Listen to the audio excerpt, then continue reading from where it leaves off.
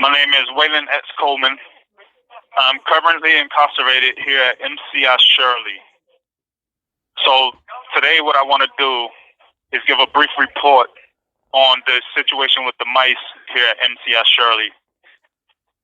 There are many environmental health issues here, but one of the issues that we have a lot of problems with is the infestation of mice at this prison. So the mice in this prison are everywhere. They're in the units, they come into our cells, and one of the worst environments that is contaminated with the mice is the chow hall or the kitchen.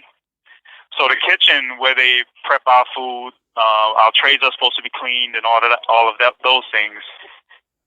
The mice have pretty much taken over the kitchen.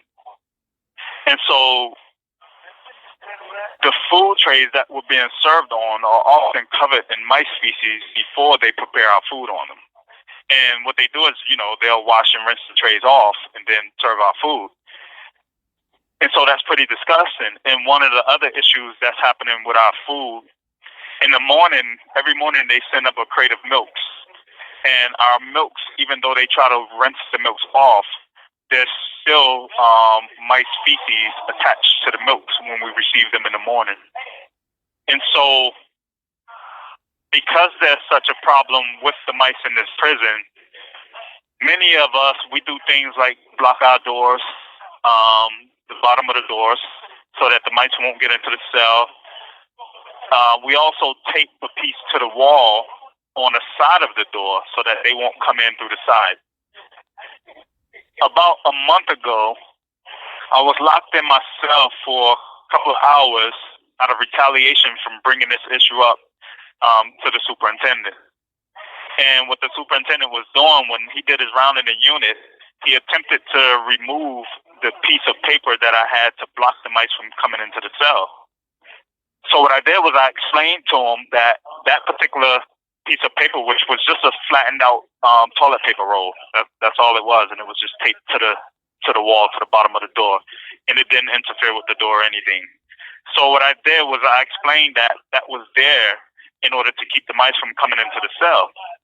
And so his position on that was, well, I'm taking care of the mouse problem, and the blocking of the door is not supposed to be there. The little piece of paper on the door is not supposed to be there. So I explained, well, that's keeping the mice out, because you guys got a mouse problem, and, that's keeping the mice out. And so he didn't care about any logic, any reasoning, or anything. His superiority complex just simply made him repeat, it doesn't belong there, right? And so what I asked him was, okay, so are you telling me I have to let mice come in and out of my cell, right? And to a question like that, they usually look at it like, we're being stubborn and things like that. But it's a reasonable question, right? Are you telling me that I have to let the mice come into my cell? Is that what you're telling me?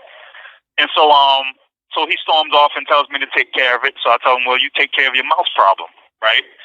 And so Sergeant Lewis became upset with the way, I guess, I spoke to his boss. And so he starts telling me, why you got to run your mouth all the time. And so I told him, listen, you guys have a mouse problem, right? And I don't want the mice in my cell, right? And so I'm blocking the door to keep the mice out of my cell. It's not obstructing the door. It's not doing anything that stops the door from locking or any of that. It doesn't interfere with your security. I'm just trying to keep the mice out of my stuff. So his response to that was, well, the superintendent says he's taking care of it, and he's going to take care of it. So when I asked him, okay, so are you going to keep the mice from coming in here tonight, right? Because I hear him say he's taking care of it, but are the mouse not going to come in here tonight? And so he became upset, and I told him, you guys get to go home at the end of the day, and you don't have to stay here. We have to live here, and you guys don't have to deal with the shit that we got to deal with in here. And so when I said that to him, he slammed my door closed and ordered the unit officers to leave me locked in until shift change. So that's a major issue for us, because at the end of the day, where we're just simply trying to do things that's humane for us, we don't want mice in our food. We don't want them shitting all over ourselves. We're trying to do things that's clean for us and that's humane for us. And the administrative attitude towards that is always, I said it, and therefore you have to do it. If I say move it, you move it. Not caring that we're just trying to take a necessary measure, to keep our cell space free of mice. That's irrelevant to them. The administrative attitude is oppressive, and if you don't do what we say do, regardless of us understanding you're trying to keep your environment clean and healthy, we said don't keep it clean and healthy, and that way you're not supposed to. And so when you refuse to do that, then the next step is to repress you. And this was, they're locking me in for a couple of hours for addressing a mouse problem. And so I decided to get involved with their mice problem. Since they don't want to take care of it and they don't want us to take these efforts to keep them out of our living spaces, then maybe we should hold them accountable for having this problem in the first place. And so here I'm just reporting to you that there is a significant problem with mice infestations in this prison, and they are everywhere. I don't eat the food here because I don't want to eat mouse droppings. Unfortunately, I do drink the milk because it's my only source of vitamin D. I am vitamin D deficient medically, and so that's one of my only avenues to get vitamin D. And so I drink the milk, but what I do is I wash them. I throw them in my sink, I wash them with soap and water, and then to drink it, I pour it in a cup. I don't drink out of the carton. So that's what's going on. I did meet a while ago with House Representative Liz Miranda, and after that meeting, they brought trays because we had Miss Chow for the meeting, so they brought trays for us, and everybody was taking their trays, and I didn't take mine. And so she asked me, how come you're not taking your food? I explained to her that I don't eat that food, that I wouldn't touch that food because it's contaminated. And so she asked me to explain. So I told her, well, the mice run the kitchen in this prison, and they are in everything. They're in our meats, they're in our food, they're on our trays, they're in our milks. Everything they have in that kitchen, the mice are in it. And so I told her, so I'm not going to take these trays because I don't trust that these trays are healthy.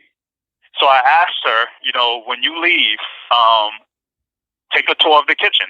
Take a tour of the kitchen, and, once you see what's going on in that kitchen, then, you'll have your answer to why I won't take that tray.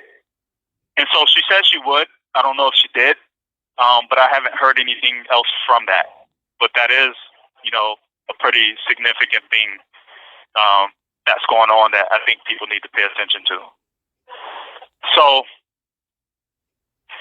what I'm going to do is we do have a few of my peers in here who work in the kitchen. I can't tell their stories. And so some of them are willing to step up and tell their stories. Now, there is always a fear of retaliation when people do tell their stories.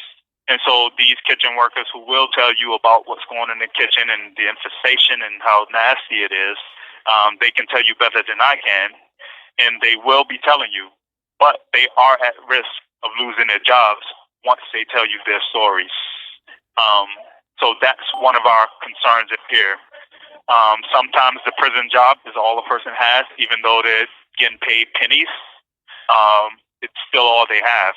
And the fact that these few men are willing to step up and speak at the risk of losing the little bit of livelihood they got speaks volumes and speaks to the importance of this issue. And so shortly after, maybe in a few days or so, we will start hearing from those individuals who are specifically and directly working under those conditions. So for now, I want to thank you for your time. I hope you guys do take this mice infestation at MCI Shirley seriously, because it's disgusting. Almost every night, sometimes the mice, they still get through your blockade. And, I've been chasing them out of the cells late night. Almost every night I got to chase one out of there, and it's pretty disgusting.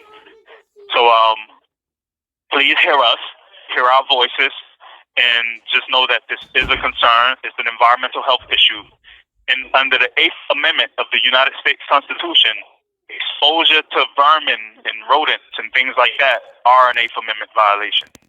So the courts do recognize exposure to these mice to be a violation. So with that said, I'm going to thank you for now for your time, and again, just ask you to hear us and be willing to help us and support us in getting this issue eradicated from the prisons, or to get this prison closed while there's an infestation here, because we shouldn't be living under these pretty disgusting conditions. So thank you for your time. In the struggle, I am Wayland X Coleman.